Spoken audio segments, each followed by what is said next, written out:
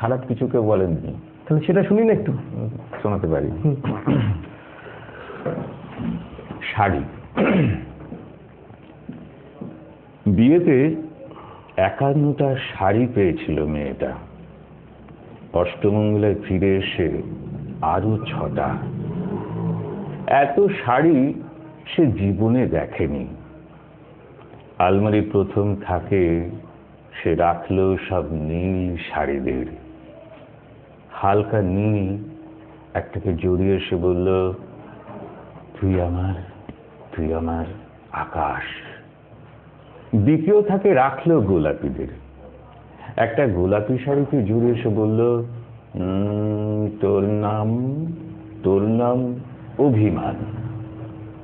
তৃতীয় থাকে 3 দিক থেকে 3টে ময়ূর, যেন ছুটে আসার সুখ। তেজপাতা রঙের শাড়িটার তার নাম দিল বিষাদ। সারা বছর সে শুধু শাড়ি উপহার পেল।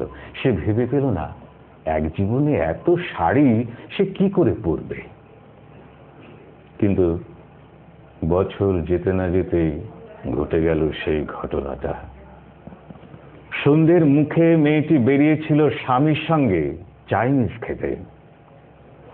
কাপড়ে মুখ বাঁধা 3টে ছেলে সে সামনে দাঁড়ালো। স্বামীর তল পেটে ঢুকে গেল 12 ইঞ্চি।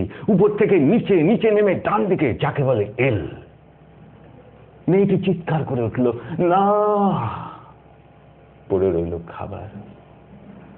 চিলি ফিশ থেকে তখনও ধোঁয়া উঠছে। এর নাম রাজনীতি, বলেছিল পাড়ার লোকেরা। বিয়েতে 51টা শাড়ি পেয়েছিল মেয়েটা। অষ্টমঙ্গলায় ফিরে এসে আরো 6টা। একদিন দুপুরবেলা সবাই যখন ঘুমিয়ে, সে তার সমস্ত শাড়ি বের করে 6 তলার বারান্দা থেকে উড়িয়ে দিল নিচের পৃথিবীতে। 19 বছরের একটা মেয়ে, সে একা। শাশুড়ি তাকে পরিয়ে দিয়েছেন সাদা থান, কিন্তু সেই থানও এক ঝটকায় কেড়ে নিল 3 জন পাড়ার মোড়ে। একটা সদ্য নগ্ন বিধবা মেয়ে দৌড়চ্ছে আর চিৎকার করছে, বাঁচাও, বাঁচাও, বাঁচাও। পেছনে 3 জন, সে কি উল্লাস! নির্বাক পাড়ার লোকেরা। বিয়েতে 51টা শাড়ি পেয়েছিল মেয়েটা। অষ্টমঙ্গলায় ফিরে এসে আরো 6টা। বিয়েতে 51টা শাড়ি পেয়েছিল মেয়েটা।